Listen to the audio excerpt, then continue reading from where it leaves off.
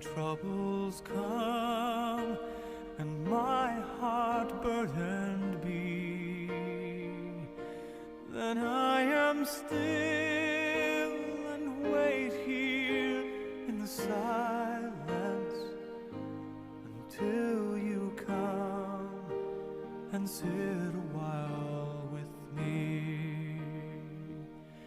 You raise me up so I can stand on mountains.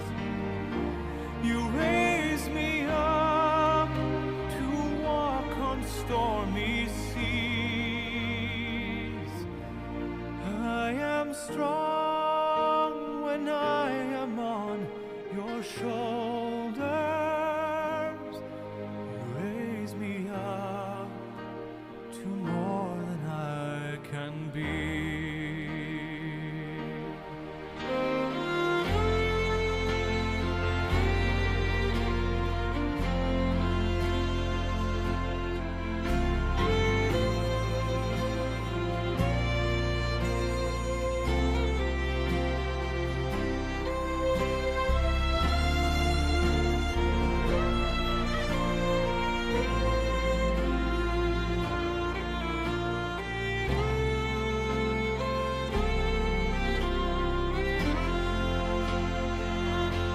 You raise me up so I can stand on mountains.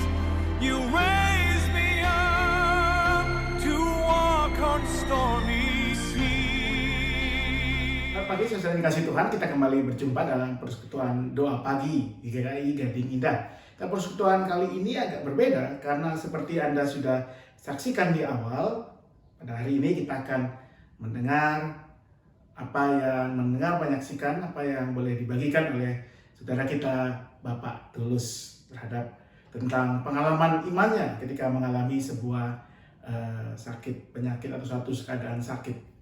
Mari sebelum kita mendengarkan, menyaksikannya, kita naikkan pujian berikut.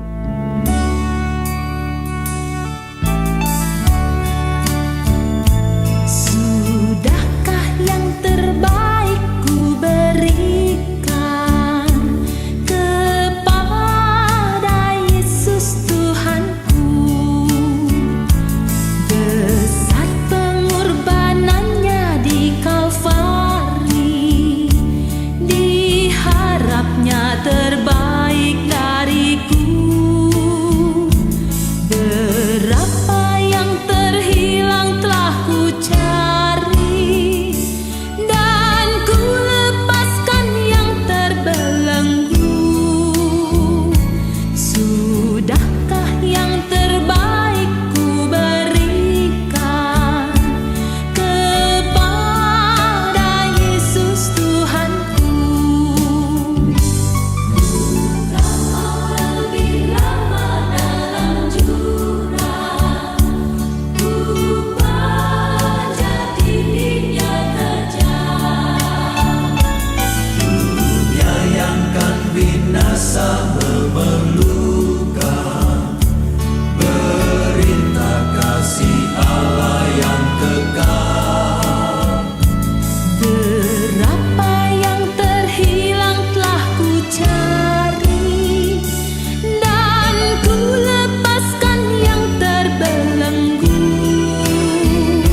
Sudahkah yang terbaik ku berikan kepada Yesus Tuhanku?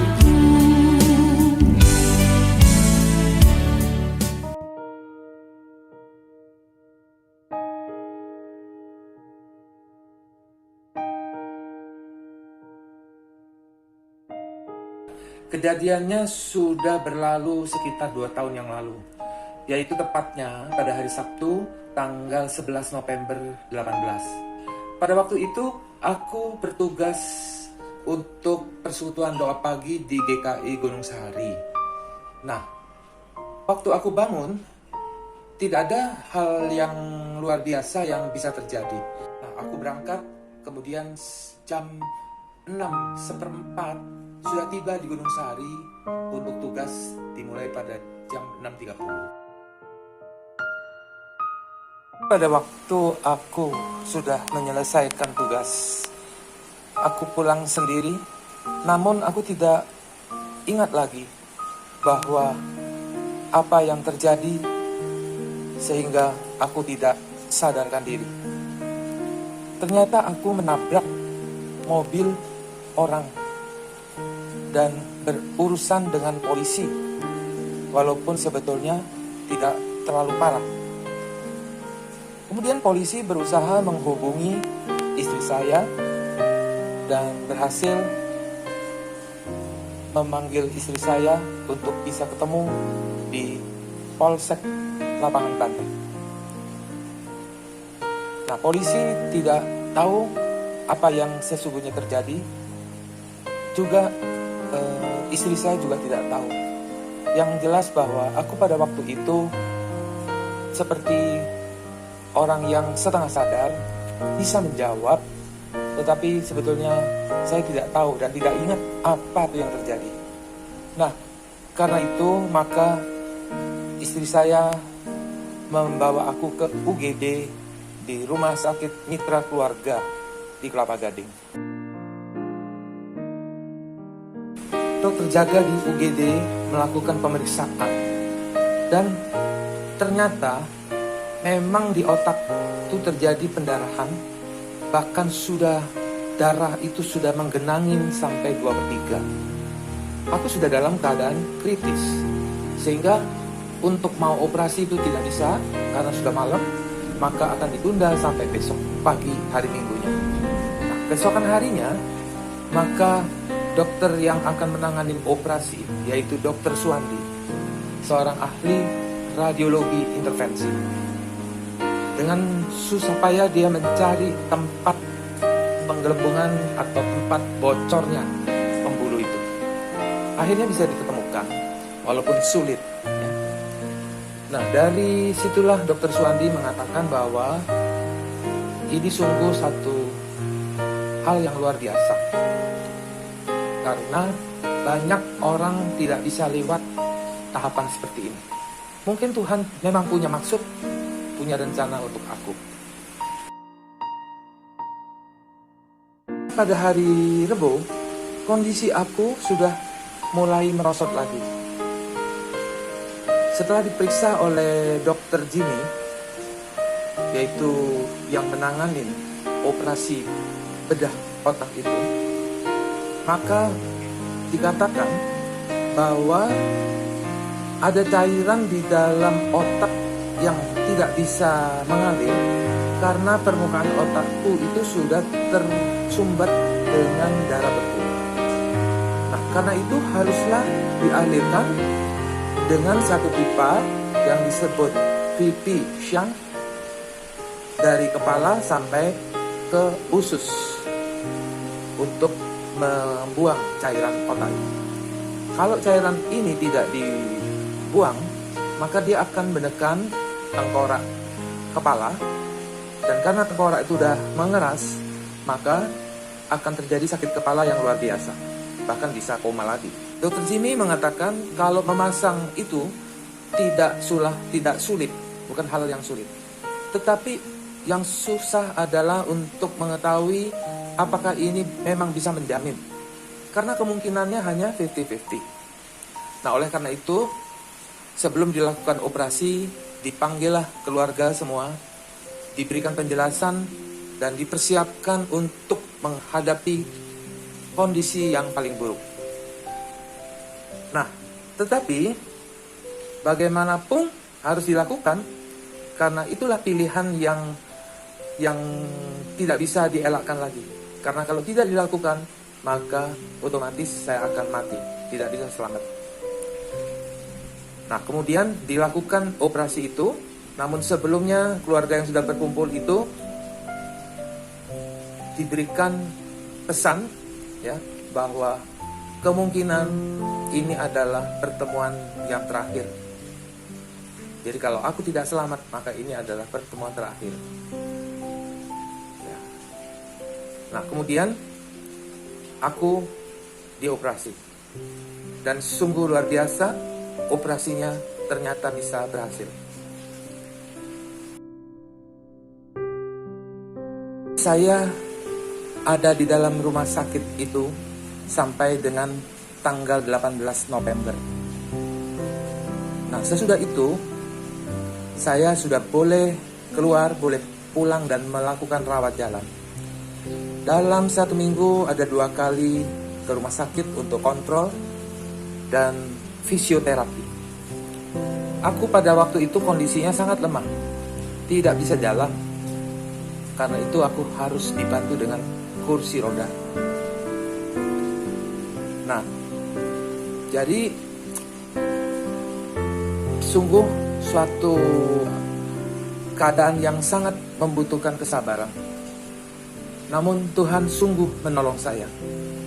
Karena di dalam proses pemulihan itu, ternyata saya boleh dikatakan terbilang cepat. Nah, pada waktu itu perkuliahan di Ugrida sudah mulai dan saya dites untuk memberikan kuliah. Waktu itu 4 kali memberikan dan sudah dikatakan oke, cukup oke. Nah, pada bulan Juni itu saya ke kampus sudah bisa naik bus Transjakarta plus LRT. Kalau sebelumnya aku diantar oleh supir. Nah, pada saat saya sudah bisa naik bus, saya sudah bisa memberikan kuliah juga, di mana ruang kuliahnya itu di lantai 7, dan saya memang sudah biasa dari sebelumnya naik turun tangga. Tapi kali ini sudah tidak terlalu cepat seperti sebelumnya. Nah, di sini aku mengutip dari Alkitab Yeremia 29 ayat 11. Di sana dikatakan, pikiranku bukanlah pikiranmu, dan jalanku bukanlah jalanmu. Selanjutnya dikatakan, sebab aku ini mengetahui rancangan-rancangan apa yang ada padaku mengenai kamu, yaitu rancangan damai sejahtera dan bukanlah rancangan kecelakaan, untuk memberikan kepadamu hari depan yang penuh harapan. Inilah sesungguhnya makna yang terpenting yang bisa aku dapatkan, bahwa bagi anak-anak Tuhan sebetulnya tidak ada yang namanya musibah itu. Bagaimana kita bisa memahaminya? Nah, di sini saya ingat ada satu nyanyian, satu puisi yang indah demikian. God is too wise to be mistaken. God is too good to be unkind. So when you don't understand, when you don't see His plan, when you cannot trace His hand, trust His heart. He alone is faithful and true. He alone knows what is best for you. Trust His heart. Trust His heart. Memang seumur-umur ini adalah pengalaman pertama di mana aku dirawat di rumah sakit dengan biaya yang fantastis selama 18 hari. Aku berharap ini adalah yang pertama dan terakhir di dalam hidupku. Sebetulnya aku hanyalah objek yang menderita sakit, tidak sadar, tidak berdaya. Tetapi lebih tepat kalau ini justru ujian iman terhadap istri, anak-anakku, dan juga mama dan keluarga dekat lainnya. Merekalah yang menghadapi masalah, yang menentukan sikap dan mengambil keputusan. Mereka yang berdoa dan juga dengan dukungan doa dari semua teman-teman seiman. Aku berharap agar aku tetap berguna, tetap melayani Tuhan dan menjadi berkat buat sesama. Aku bisa menghayatin hidup ini sebagai kesempatan kedua yang Tuhan anugerahkan kepadaku. Kehidupan yang bermakna dan memuliakan Dia. Puji Tuhan untuk selama-lamanya. Soli Deo Gloria. Amin. Saudara yang kasih Tuhan, sungguh indah kesaksian dari saudara kita Bapak Tulus. Bagaimana dia harus menjalani satu tahap baik tahap sakit yang begitu tidak menyenangkan, membingungkan, satu tahap pengobatan yang sangat serius, tahap pemulihan yang berat sampai akhirnya ia boleh sembuh. Apa yang kira-kira bisa kita pelajari di sini? Nah, kita bisa belajar bahwa sakit, penyakit, penderitaan itu bisa dialami oleh siapa saja, saudara. Bahkan oleh kita semua yang mengaku sebagai murid-murid Tuhan Yesus. Tidak ada perbedaannya dengan orang lain. Sakit, penyakit, penderitaan, apapun bentuknya, bisa dialami siapapun tanpa pandang bulu.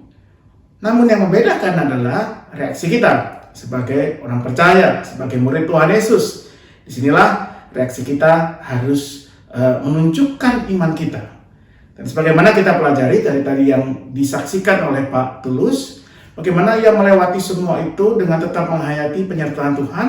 Bahkan ketika ia pulih, ia bukan cuma bersukacita, ia bergembira bersama keluarga, tentu itu sangat baik, tapi ia kembali melakukan apa yang menjadi tanda syukurnya kepada Tuhan, yaitu berbagi dengan orang lain, kembali mengajar, kembali melayani, sampai akhirnya terbatasi oleh situasi pandemi yang tengah kita alami. Dan karena itu saya mau mengajak kita merenungkan apa yang dikatakan oleh Rasul Paulus di surat Filipi pasal 1 ayat 21 sampai 22a, demikian. Karena bagiku hidup adalah Kristus dan mati adalah keuntungan. Tapi jika aku harus hidup di dunia ini, itu berarti bagiku bekerja memberi buah. Pak Tulus, dia percaya bahwa dia harus tetap memberi buah. Apalagi dengan apa yang telah ia alami, yang telah ia rasakan, kasih dan penyertaan Tuhan, maka kiranya kita semua sepanjang waktu yang Tuhan berikan, kesempatan yang Tuhan berikan, tenaga, pikiran, talenta, bahkan ketika kita harus melewati satu pergumulan, kalau kita masih Tuhan beri kesempatan, marilah kita tetap bekerja, memberi buah, menjadi berkat dimanapun Tuhan hadirkan kita.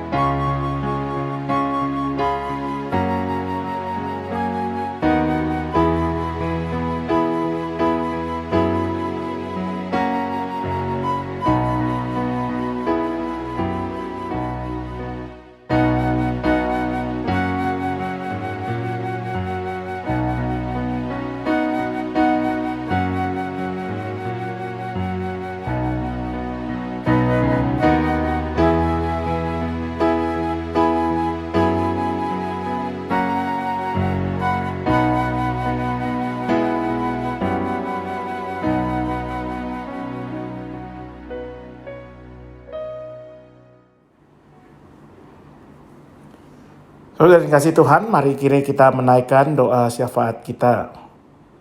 Ya Tuhan, kami mohon dalam doa syafaat ini, agar Tuhan senantiasa memberikan kekuatan, hikmat, sukacita bagi kami semua dalam menghadapi pergumulan kehidupan kami. Baik kami yang harus bekerja, kami yang harus bersekolah, baik kami yang mengalami masalah dalam kesehatan kami, atau orang-orang yang kami kasihi, yang dirawat di rumah sakit, termasuk juga kami yang harus mengalami berbagai dampak dari pandemi ini. Kami yang harus masuk dalam keadaan isolasi karena kami terpapar oleh COVID-19. Kami yang memiliki anggota keluarga yang juga harus mengalami isolasi karena pandemi ini, karena COVID-19. Atau kami yang harus kehilangan anggota keluarga, orang-orang yang terkasih karena COVID-19. Kami percaya Tuhan yang tetap akan berikan kekuatan, nikmat, dan sukacita melewati semua itu sampai kami boleh merasakan kedamaian, ketentraman yang dari Tuhan saja. Kami juga berdoa agar dalam segala keterbatasan kondisi kami, bahkan dalam segala pembatasan-pembatasan yang terjadi karena pandemi ini, Tuhan tetap memakai kami untuk mengerjakan tugas panggilan kami sebaik-baiknya, untuk tetap bekerja, memberi buah yang bisa dirasakan, bisa dinikmati oleh siapapun yang ada di sekitar kami. Kami percaya dengan demikian kasih Tuhan akan kami nyatakan, kami bagikan kepada orang-orang di sekitar kami. Kami berdoa juga kiranya Tuhan yang tetap berikan anugerah, Tuhan tetap berikan hikmat, kami boleh hidup dalam anugerah kebenaran Tuhan, dalam hikmat Tuhan. Ketika pandemi mungkin membuat kami tergoda untuk melakukan hal-hal yang tidak berkenan kepada Tuhan, yang pada akhirnya akan mendatangkan penderitaan, kesedihan bagi orang-orang yang kami kasih dan mengasihi kami.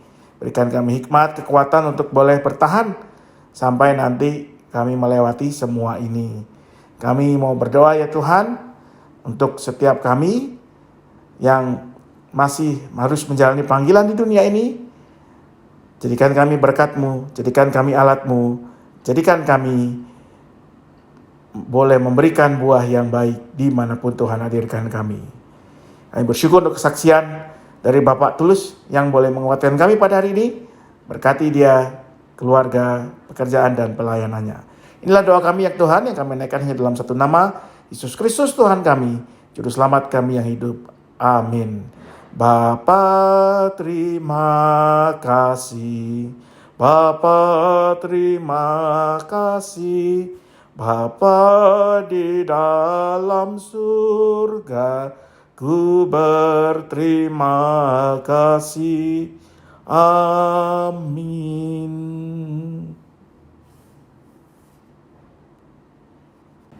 Saudara yang dikasih Tuhan, demikianlah persekutuan doa pagi kita hari ini. Kiranya kita semua diberkati oleh firman Tuhan, oleh kesaksian dari Pak Tulus. Kiranya Pak Tulus terus dikuatkan, diberkati Tuhan dalam kehidupan bersama keluarga, dalam kerja, dalam pelayanan. Untuk semua kita boleh tetap bekerja, memberi buah. Tuhan memberkati selalu.